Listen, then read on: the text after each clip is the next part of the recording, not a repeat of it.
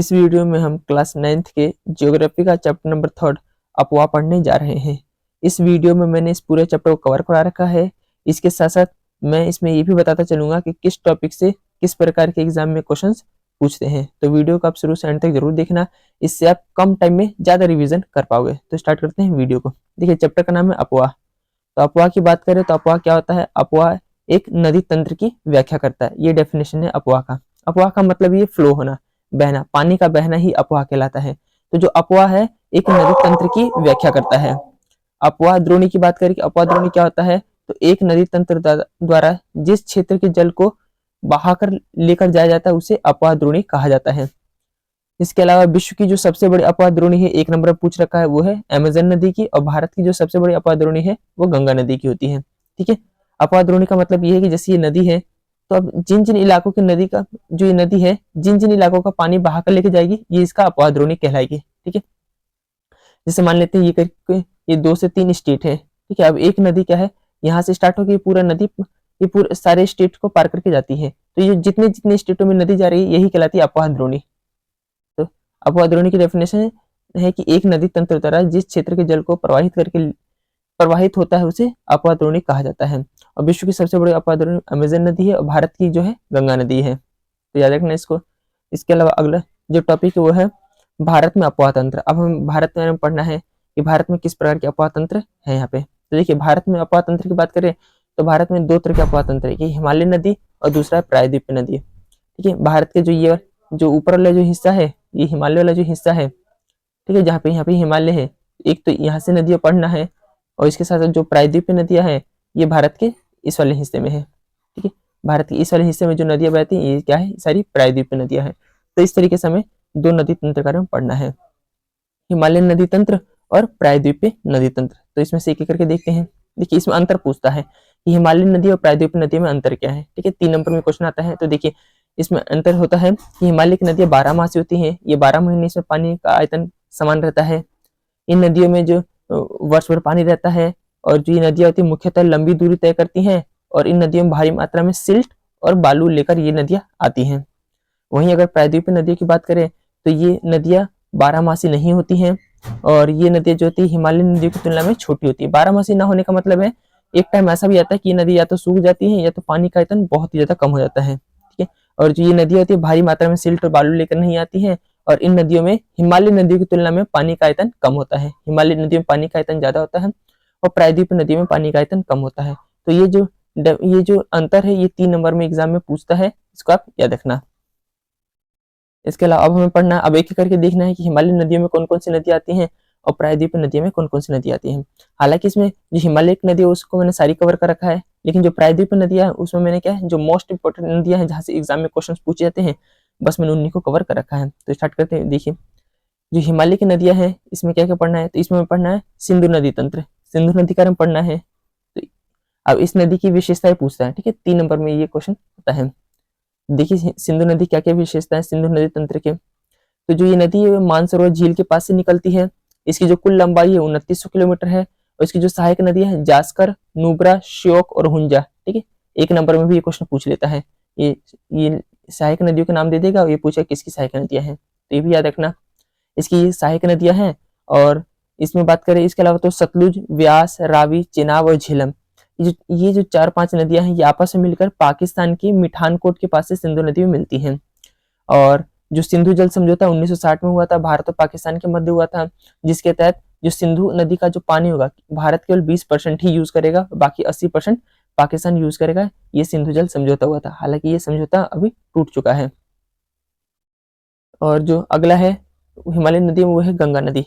अब गंगा नदी के बारे में बात करें तो जो गंगा नदी है ये भागीरथी नदी और अलकनंदा नदी, ठीक है, जब ये 2 नदियां आपस में मिलती हैं, ठीक है, ये जो मिलती है वो देवप्रयाग में मिलती है उत्तराखंड के अंदर। तो भागीरथी और अलकनंदा जब देवप्रयाग में मिलती हैं तो गंगा नदी यहाँ से प्रारंभ होती है। ठीक है, इस तरीके भागीरथी आती है, अलकनंदा आती है, उत्तराखंड में मिलती है देवप्रयाग में, तो यहाँ से गंगा नदी प्रभावित होती है इस तरीके से। तो ये पहली बात हुई गंगा नदी कर में। दूसरा क्या है कि जो गंगा नदी है इसकी सहायक नदी में यमुना, घाघरा, गंडक, कोसी, ये इसकी सहायक नदियां हैं। और जो गंगा नदी है ये पश्चिम बंगाल में फरक्का में 2 भागों में विभाजित हो जाती है। पश्चिम बंगाल के अंदर जाके ये दो भागों में टूट जाती है, इस तरीके से प्रभावित होती है और इस तरीके से दो भागों में टूट जाती है। एक दक्षिण तरफ धारा चल जाती है और एक मुख्य धारा आगे चल जाती है। इस तरीके से जो इसकी जो दक्षिण की तरफ जो धारा है, जैसे मान लेते हैं गंगा नदी इस तरीके से प्रभावित होती है, फरक्का में आके दो भागों में टूट जाती है, एक धारा नीचे चल जाती है और एक धारा मुख्य धारा आगे बढ़ जाती है। तो जो नीचे की तरफ जो दक्षिण की तरफ जो धारा जा रही है, इसको हुगली नदी के नाम से जाना जाता है और इसकी जो मुख्य धारा है ये बांग्लादेश में प्रवेश कर जाती है, गंगा नाम से ये प्रवेश करती है। इसके अलावा जब गंगा नदी और ब्रह्मपुत्र नदी, कहने का मतलब है गंगा नदी बांग्लादेश में जाती है और यहाँ से ब्रह्मपुत्र नदी भी बांग्लादेश में जाती है, ठीक है। तो इस तरीके से जब गंगा नदी और ब्रह्मपुत्र नदी ये बांग्लादेश में मिलती है तो मेघना नाम से जानी जाती है। इसके अलावा गंगा नदी जो सुंदरवन डेल्टा का निर्माण करती है, ठीक है, एक नंबर में पूछ भी रखा है, जो सुंदरवन डेल्टा है इसका नाम यहाँ पे पाए जाने वाले एक पौधा है जिसका नाम है सुंदरी, उसके नाम पे पड़ा हुआ है, तो इसको भी याद रखना, एक नंबर में पूछ रखा है ये। और इसके अलावा गंगा नदी की जो कुल लंबाई वो 2500 किलोमीटर है, तो ये गंगा नदी की विशेषता हुई। एक नंबर में भी क्वेश्चन पूछ रखा है कि इसको याद रखना कि जो अंबाला नगर है ये सिंधु नदी और गंगा नदी के बीच जल विभाजक का काम करता है, ठीक है, जल विभाजक काम करता है, सिंधु नदी और गंगा नदी के जल विभाजक काम करता है वो अंबाला नगर है, ये वर्तमान में हरियाणा में है। इसके अलावा जो तीसरी हिमालय की नदी है, महत्वपूर्ण नदी, वो है ब्रह्मपुत्र नदी। तो इसके बाद बात करें तो देखिए ब्रह्मपुत्र नदी का जो उद्गम स्थल है जहां से निकलता है वो तिब्बत के मानसरोवर के पास से निकलती है ये नदी। यह नदी जो है हिमालय के समानांतर बहती है, ठीक है। अगर मान ले ये इस तरीके से भारत का मैप है, ठीक है, तो इस तरीके से भारत यहाँ पे हिमालय ये रहा है, तो जो ये नदी है ये हिमालय के इस तरीके से समानांतर बहती है, ठीक है, इसको कहा गया है इस तरीके से समानांतर बह रही है। और ये भारत के अंदर नामचा बरवा अरुणाचल प्रदेश में एक जगह है, ठीक है, वहां से इस प्रकार से यू शेप में प्रवेश करती है, नामचा बरवा से, नामचा बरवा के पास से भारत में प्रवेश करती है। और जो इसकी सहायक नदी वो लोहित, केनुला और दिबांग है, एक नंबर पूछ रखा है, याद रखना। इसके अलावा जो ब्रह्मपुत्र को तिब्बत में सांगपो के नाम से जानते हैं, जो ये दूरी जो तय कर रहा है ये ब्रह्मपुत्र के नाम से नहीं जानी जाती, ये सांगपो के नाम से यहाँ पे जानी जाती है। तो ये जो तीन प्रमुख हिमालय नदियां हैं इनकी विशेषता पूछता है, तो मैंने उनकी विशेषता इस तरीके से 3-3, 4-4 पॉइंट बता रखा है। 3 नंबर में ही ये सारे क्वेश्चन पूछता है इनकी विशेषताओं के बारे में। अब हमें पढ़ना है प्रायद्वीपीय नदीकरण। हालांकि प्रायद्वीपीय नदियों के बारे में बहुत सारी नदियां हैं लेकिन सबसे क्वेश्चन नहीं आता है, तो जो मोस्ट इंपॉर्टेंट है जहां से क्वेश्चन आता है हमने उसी को इसमें कवर करवा रखा है।